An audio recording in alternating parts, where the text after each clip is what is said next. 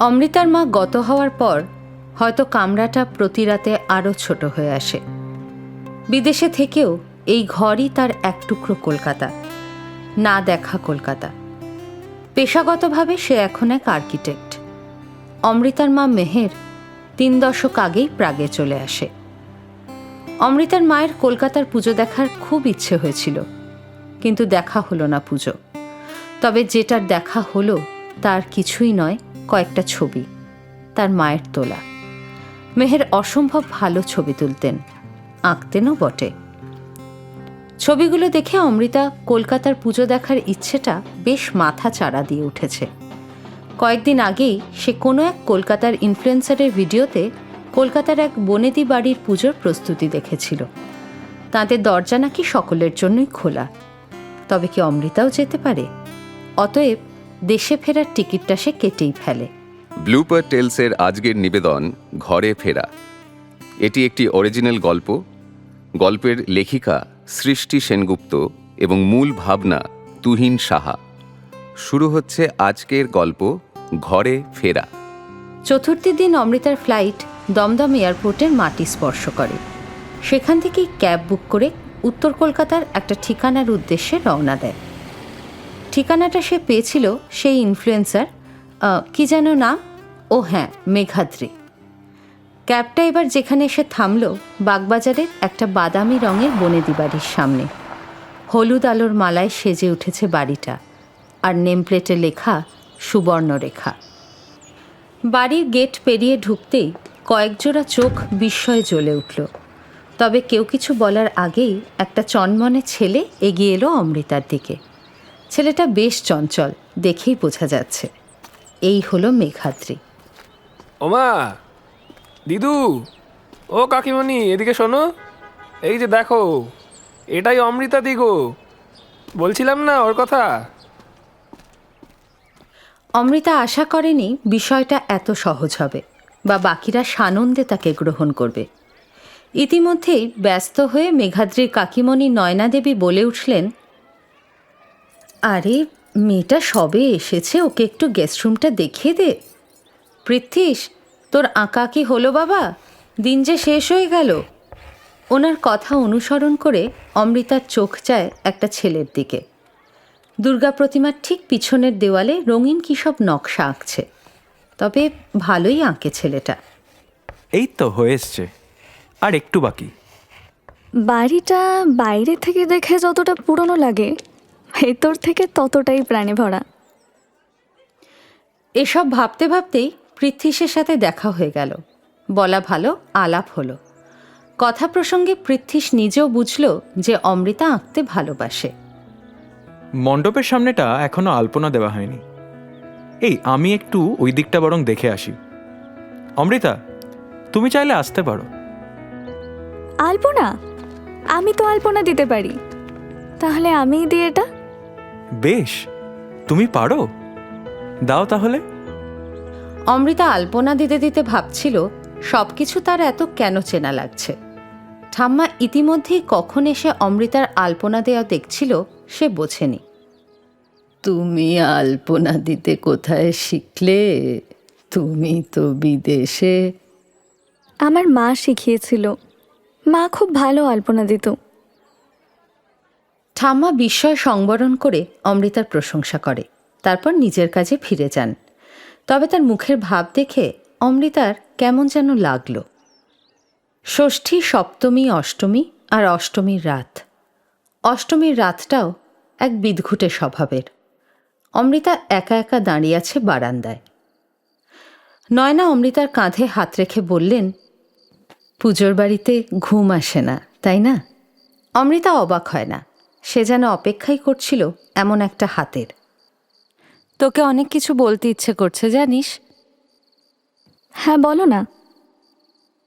আসলে উৎসবের সময় কিন্তু কেউ গেস্ট নয়, সবাই পরিবার হয়ে যায়। কিন্তু অনেক পরিবারও আবার অচেনা হয়ে যায়। কেউ বাড়ি ফেরে, আবার কেউ মুখ ফিরিয়ে নেয়। আমি কোনটা তাহলে? তুই পেছনে সেটা। দাদু, জেম্মা, মেঘাদ্রি, আরও কত কে তো আছে, কিন্তু পৃথ্বীশের বাবাকে দেখলাম আজকেই সব এলেন কোথা থেকে। উনি কি থাকেন না এখানে? ঋতো সে বাড়ি থেকে বেশ কয়েক বছর আগেই বিদায় নিয়েছে দূরে চাকরি নিয়ে। ওই পুজোতে আসে শুধু, এবারেও তাই এসেছে। আচ্ছা। আচ্ছা, তোর সাথে প্রাগে আর কে কে থাকে? আমার মা মেহের গত 2 বছর আগে মারা গেছে। এখন আমি একাই থাকি। আর তোর বাবা? বাবাকে আমি কখনো দেখিনি। অমৃতা ওর মায়ের ছবিটা বের করে দেখায়। নয়না এরপর আর কথা না বাড়িয়ে নিজের ঘরে চলে যায়, অমৃতাকে ঘুমোতে যেতে বলে। সন্ধি পুজোয় সবাই ব্যস্ত। সন্ধি পুজোর কাসর ঘণ্টা, ঢাক, সব কিছুর শব্দ একসাথে মিলেও নয়না গত রাতের কথাগুলো ভুলতে পারল না।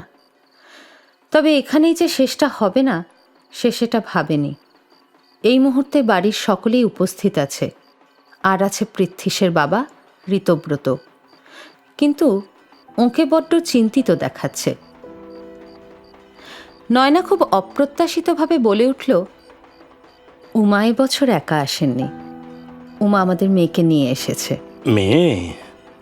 অমৃতা মার কথা বলছো? তা ঠিক। আক্ষরিক অর্থেই ও আপনার বড় ছেলের দোষে শাস্তি পাওয়া মেয়ে, মেহেরের মেয়েও, তাই না ঋত? ঋতব্রত কিছু বলে না। বিবেকের দংশন তার মুখেই ফুটে উঠেছে। সে দোষী আজ। কি বলছো তুমি? আগে জানলে তো তাহলে। কি করতেন?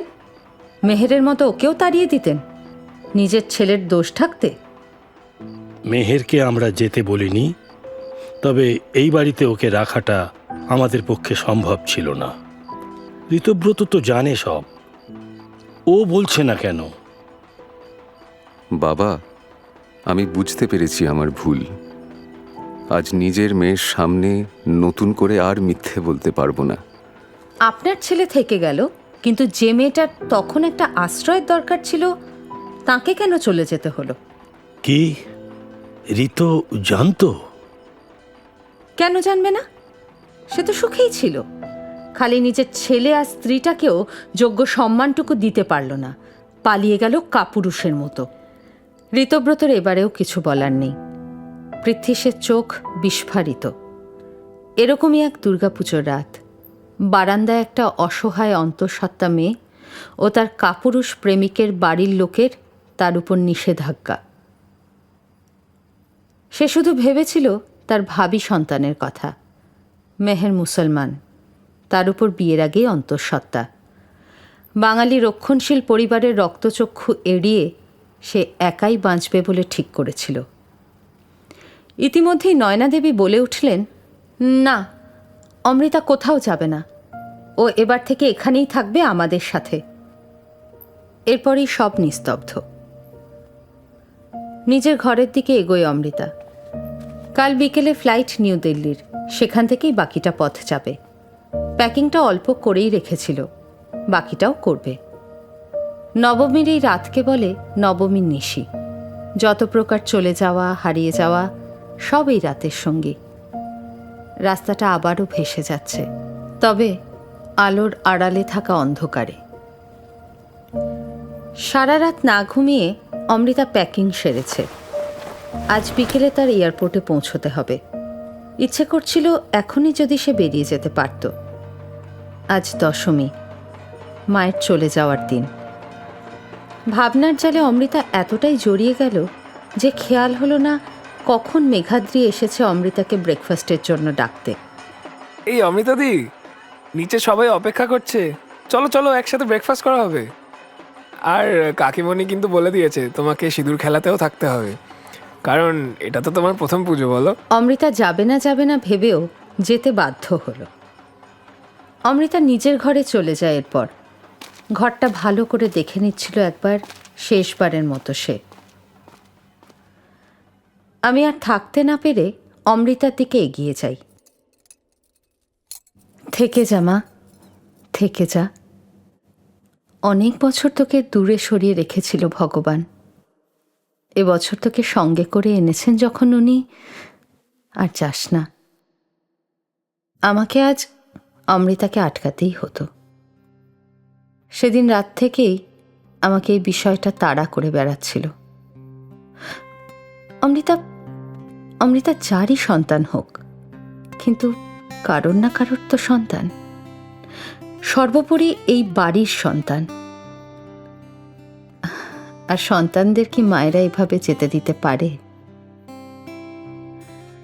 সম্পর্কের এসব জটিলতার ঊর্ধ্বে যার অবস্থান, সেই তো মা, যিনি সব কিছু আগলে রাখেন। ঋতব্রত অমৃতার সাথে কথা বলতে প্রস্তুত হয়েছে। সে নিজেই অমৃতার কাছে গিয়ে বলল, তোর মাকে তো রাখতে পারিনি মা, অন্তত তোকে রেখে দিতে পেরে যদি তার প্রায়শ্চিত্ত করতে পারি তাই অনেক। অমৃতার মুখে রাগ বা অভিমান কোনো অভিব্যক্তি দেখা গেল না, শুধু বোঝা গেল সেও থেকে যেতে চায়। আজ আমি অমৃতাকে ছাদে এনেছি একটা উপহার দেব বলে। অমৃতা প্রথমবার ছাদে এলো। ছাদ থেকে মায়ের ঘাটটা বেশ দেখা যায়। পৃথ্বীশের হাতে বানানো ছোট দুর্গা প্রতিমা এগিয়ে দিলাম ওর দিকে। এটাই ওর উপহার। অমৃতা বলল, নিলাম তবে। ঠাকুর দালানে সিঁদুর খেলা শুরু হয়ে গেছে। বাইরে থেকেও বহু মানুষ এসেছে খেলতে। ঠাম্মা, সিঁদুর, কাশফুল, পরিবার, প্রাগের এক কামরার ঘর, নদী, চার্লস ব্রিজ, সবই কলকাতার দশমীতে মিলেমিশে একাকার। অমৃতা এয়ারপোর্ট যেতে যেতে ভাবছে, কখনো ভাবিনি যে আমারও থাকবে একটা ঠিকানা, একটা পরিবার। এই দুর্গাপুজো আমাকে দিয়েছে একজন মা, স্নেহ আর ভালোবাসা, যা আমার কাছে এক অপরিসীম প্রাপ্তি। আমি ফিরে যাচ্ছি প্রাগে, এই আশায় যে আবার ফিরব নিজের ঠিকানায়, নিজের ঘরে।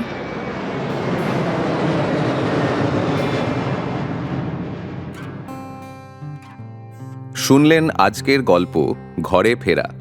Director Saptaparni Pathak, narrator Ruyam Chatterjee, voice acting director Anik Chatterjee, casting Nayana Ruyam Chatterjee, Ritabrata Sayan Bhadar, দাদু সন্দীপ দাস, অমৃতা পৃথাপর্ণা সমাজদার, পৃথ্বীশ অঙ্কিত সোম, মেঘাদ্রি উজান সেনগুপ্ত, ঠাম্মা রুয়াম চ্যাটার্জি, অডিও রেকর্ডিং উজান সেনগুপ্ত, সাউন্ড ডিজাইন শুভাশিস বিশ্বাস, mixing and mastering Arjun Chatterjee, produced by Blooper House Studios.